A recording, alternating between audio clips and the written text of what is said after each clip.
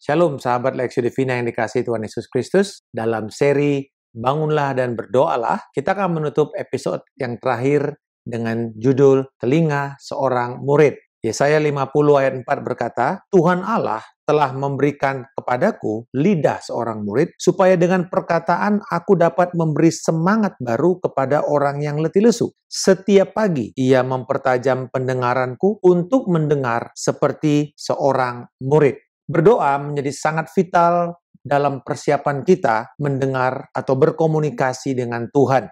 Berbicara dan mendengar adalah bagian dari proses komunikasi. Berdoa melibatkan mendengar sebelum berbicara. Berdoa adalah sebuah perjalanan yang sangat menarik karena seringkali melibatkan paradoks antara perasaan sukacita dengan perasaan sedih atau duka cita.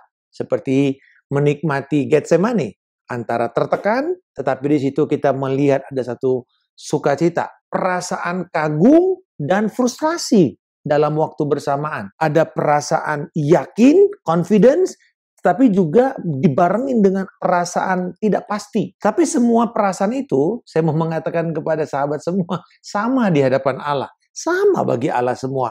Karena berdoa, ya berdoa. Prayer is prayer bagi Tuhan. Saya tinggal di apartemen. Lift yang kita pakai itu ada yang punya kecepatan tinggi sehingga kita bisa cepat sampai ke lantai yang kita tuju.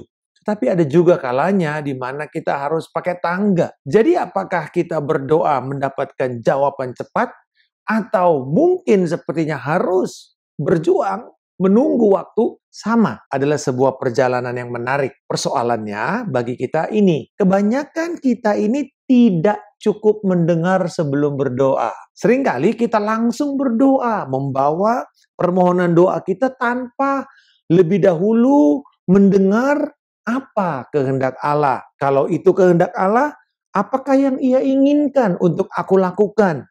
Apa tugasnya buat aku? Kita perlu membangun kebiasaan mendengar suara Gembala Agung kita sebelum kita bicara kepada Dia. Yesus berkata bahwa domba-dombaku mendengar suaraku. Seringkali waktu kita mendengar, ada waktu kita membaca. Bagi saya menemukan waktu terbaik saya adalah membaca. Dengan saya membaca, saya menjadi tenang dan di situ saya mendengar begitu banyak. Karena itu, saya lebih memilih untuk mendahulukan membaca firman Allah atau mendengar pengajaran firman Tuhan. Baru kemudian saya menyiapkan waktu, meluangkan waktu untuk saya berdoa. Dan juga saya berarti mendoakan firman Allah untuk terjadi. Tuhan mengatakan Dia memberikan kita 2 telinga, 1 mulut. Cepat untuk mendengar, lambat untuk berkata-kata. Berdoa sederhananya adalah menemukan apa yang Allah inginkan untuk Ia mau lakukan dan memintanya untuk melakukannya.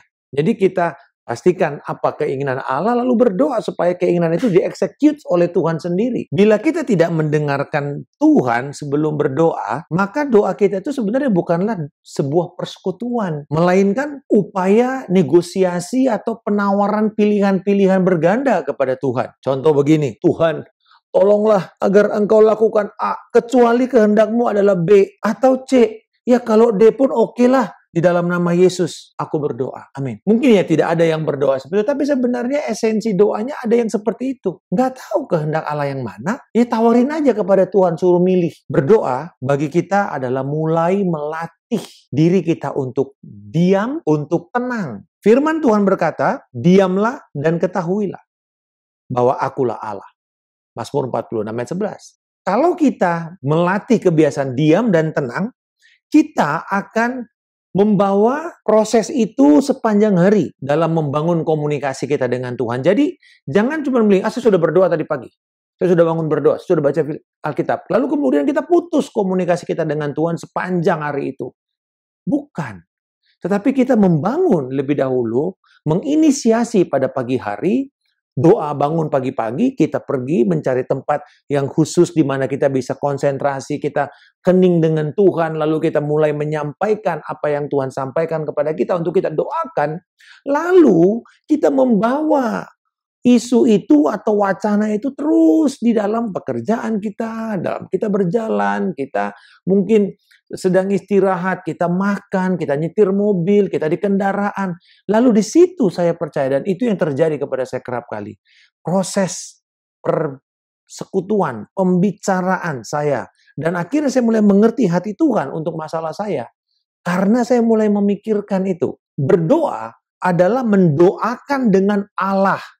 Bukan kepada Allah semata-mata. Jadi prayer is praying with God, not praying to God. Sebenarnya kita itu berdoa dengan jawaban yang sudah diberikan Tuhan. Bukan berdoa untuk berusaha mencari jawaban Tuhan. Kenapa begitu Pak Markus? Karena Allah kita itu tidak sama dengan manusia. Allah selalu tenang. Dan seringkali ia hening. Ia diam.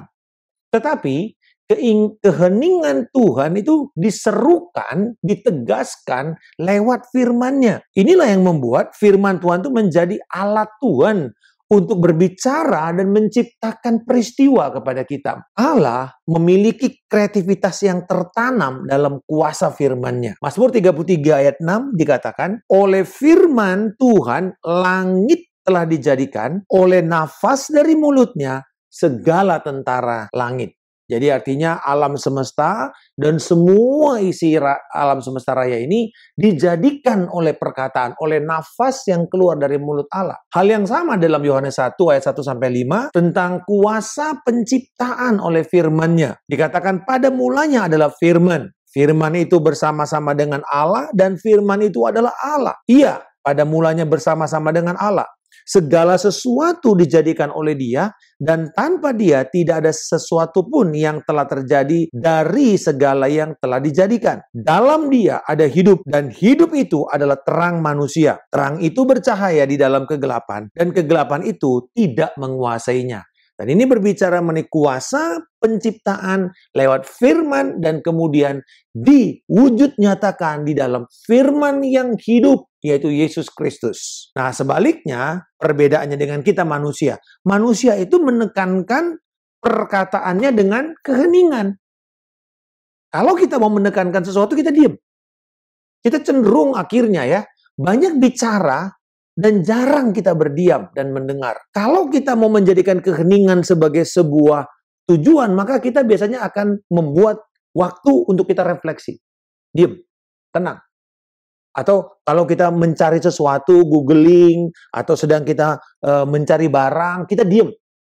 Kalau Tuhan berbeda. Seringkali Tuhan itu dengan tatapan matanya saja, dengan pandangannya saja, kita tuh sudah tahu apa yang Dia inginkan. Alkitab mencatat, waktu Dia memandang Petrus, tatapan mata Yesus langsung membuat Petrus sedih, hancur hati. Mungkin kita tahu ada orang tua kita yang seperti itu ya. Dilihat matanya aja, kita tahu apa yang papa atau mama kita mau sampaikan kepada kita. Itu sebenarnya cara Allah berkomunikasi dengan kita. Allah dapat berbicara kepada kita melalui kasih-Nya, sukacitanya, hadiratnya. Untuk itulah kenapa kita perlu meluangkan waktu pribadi dengan Tuhan. Di tempat sepi, bangun pagi-pagi bersama Tuhan, ambil waktu, tentukan tempat, tentukan waktunya, dan kemudian kita bangun disiplin ini, momen demi momen dalam hidup kita. Akan semakin banyak percakapan yang akan kita bangun pada waktu kita mulai membiasakan ini dalam hidup kita. Kalau saya berbicara mengenai disiplin rohani selama minggu ini, ada yang mengatakan, aduh, I know Pak, saya berusaha dan saya bersyukur, tapi kadang-kadang juga masih gagal.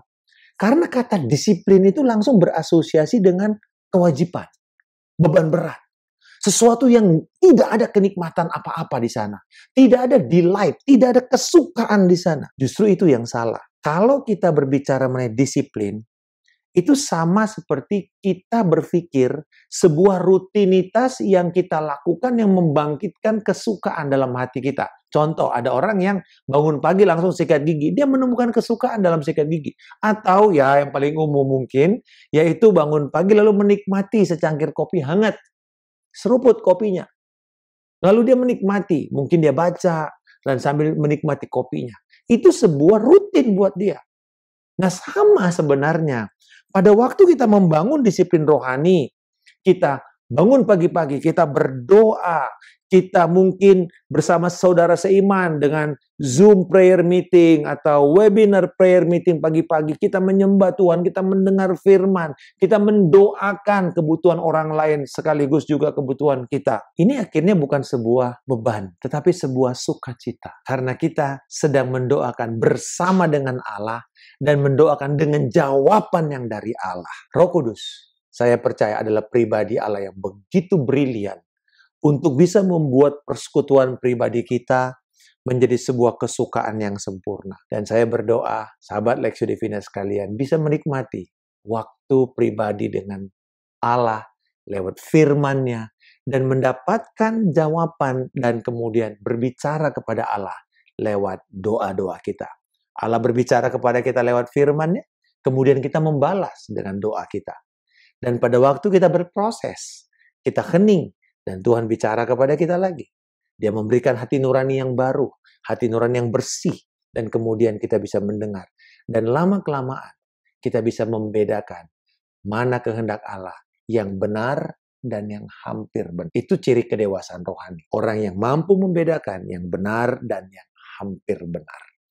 Dan semua itu dimulai dengan kita penuh dengan firman Allah. Di dunia ini, ada suara Allah, ada suara setan yang bertentangan dengan firman Allah, tetapi juga ada kebisingan. Nah ini, kebisingan ini kadang-kadang bisa berbungkus sebuah aktivitas rohani, tetapi belum tentu ada Tuhan di sana. Mari kita saring dengan firman dan jalannya kita bangun pagi dan membiasakan diri mengambil waktu hening, tenang, dengar Tuhan. Sambil kita merasakan hadiratnya, menyembah Tuhan, berbicara kepada Dia, berdoa. Lalu kemudian kita akan melihat Tuhan mulai berkomunikasi dengan kita sepanjang hari. Dan saya percaya inilah yang nanti menjadi jalan kita, menjadi saluran berkat Allah kepada orang lain. Bapa di surga, terima kasih untuk kebenaran firman-Mu. Terima kasih bahwa disiplin yang Kau inginkan adalah disiplin yang penuh dengan sukacita. Penuh dengan satu kegembiraan. Dan biarlah pada hari ini kami menemukan kesukaan di rumah doa-Mu. Di tempat kami bisa bangun pagi-pagi. Dan membawa hati kami untuk bisa mendengar di dalam keheningan. Dan kemudian firman-Mu berbicara. Dan kami mendoakan kehendak Allah terjadi dalam hidup kami, keluarga kami, pekerjaan dan bisnis kami. Sehingga ketika kami menghadapi hiruk-pikuk dunia ini, Engkau memberikan kepada kami anugerah untuk bisa bersukacita dan berjalan di dalam keteguhan hati. Dalam nama Tuhan Yesus Kristus kami mengucap syukur. Haleluya. Amin. Salam kemenangan. Saya Pendeta Markus Simanjuntak.